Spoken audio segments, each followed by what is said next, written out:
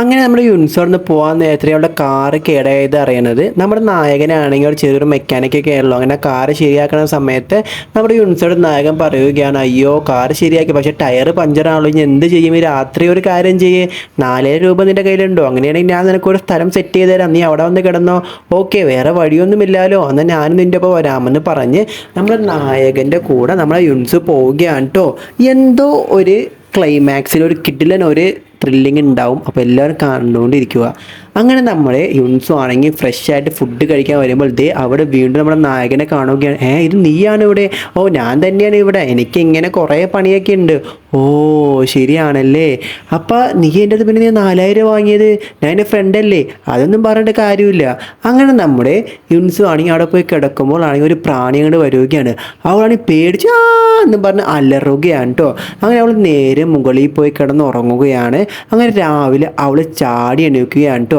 അങ്ങനെ നേരെ നമ്മുടെ യുൻസു ആണെങ്കിൽ നമ്മുടെ നായകനെ കാണാൻ വേണ്ടി പോവുകയാണ്. നായകൻ അവിടെ ഇന്ന് ലേലം വിളിക്കുന്നത് കാണുമ്പോൾ നല്ല ചിരി വരികയാണ്. അങ്ങനെ അവിടെ നിന്ന് നമ്മുടെ യുൻസു പോവുകയാണ് കേട്ടോ. ഇതേ സമയത്ത് നമ്മുടെ നായകന് വേറെ കോളൊക്കെ വരികയാണ്. ഓക്കെ എന്നൊക്കെ പറഞ്ഞ് നമ്മുടെ യുൻസുവിനും കോൾ വരികയാണ്. അങ്ങനെ യുൻസുയുടെ അടുത്ത് നമ്മുടെ ആ നേരത്തെ കണ്ട ആ അമ്മൂമ്മ പറയുകയാണ്, മോളെന്താ എവിടെ നിന്ന് ഇറങ്ങിയത്? ഇല്ല അമ്മൂമ്മേ, ഒന്നുമില്ല, ഞാൻ അവിടെ നിന്ന് ഇറങ്ങി. അങ്ങനെ നേരെ കാണിക്കുന്നത് കമ്പനിയിൽ നിന്ന് വണ്ടിയൊക്കെ നന്നാക്കാൻ വേണ്ടി വന്ന് വണ്ടിയൊക്കെ എടുത്ത് നേരെ അവൾ പോവുകയാണ് കേട്ടോ. അപ്പോഴായിരിക്കും അവൾ മുന്നേ വർക്ക് ചെയ്ത സ്ഥലത്ത് നിന്ന് ഒരു കോള് വരുന്നത്. എടി നിനക്ക് ജോലിയൊക്കെ പോയില്ലേ, നിനക്ക് ഇനി എവിടെയും ജോലി കിട്ടാത്ത രീതിയിലാണ് ആക്കുമെന്ന് പറയുകയാണ് കേട്ടോ. ഇത് കേട്ട് കഴിയുമ്പോൾ യുൻസുവിന് ശരിക്കും ദേഷ്യം വരികയാണ്. മുന്നത്തെ എപ്പിസോഡ് കണ്ടവർക്ക് മനസ്സിലായിട്ടുണ്ടാവും, ആ കുട്ടിയുടെ പല്ല് പോയപ്പോൾ ഇവൾ സഹായിച്ചതിൻ്റെ പേരിൽ ആ റെസ്റ്റോറൻറ്റിലുള്ള ആൾ ഇവൾക്ക് ഒരു ഓഫർ കൊടുത്തിട്ടുണ്ടായിരുന്നു, ഒരു ക്ലിനിക്ക് തുടങ്ങാൻ വേണ്ടി.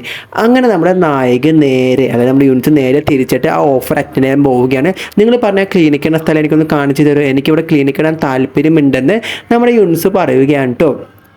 ഓഹോ കൊള്ളാലോ എന്നും പറഞ്ഞുകൊണ്ട് നേരെ ആ സ്ഥലം കാണാൻ വേണ്ടി നമ്മുടെ നായികയെ വിളിച്ചുകൊണ്ട് പോവുകയാണ്. അപ്പോഴായിരിക്കും അവൾക്കൊരു കോള് വരുന്നത്. അങ്ങനെ നായികയുടെ അടുത്ത് പറയും, മുകളിലോട്ട് ചെന്നോ, അവിടെ ഒരാളുണ്ടാവും, അയാളെ കണ്ടാൽ മതി, എൻ്റെ കാര്യങ്ങളൊക്കെ പറഞ്ഞു കഴിഞ്ഞാൽ അയാളെ റെഡിയാക്കി തരുമെന്ന് പറയുകയാണ്. ഈ നായികയുടെ പേര് മിസ് യു എന്നാണ്, പക്ഷെ ഞാൻ യുൻസു എന്നാണ് പറഞ്ഞത്, അത് വേറൊരു ഡ്രാമ കണ്ടുകൊണ്ടാണ് കേട്ടോ.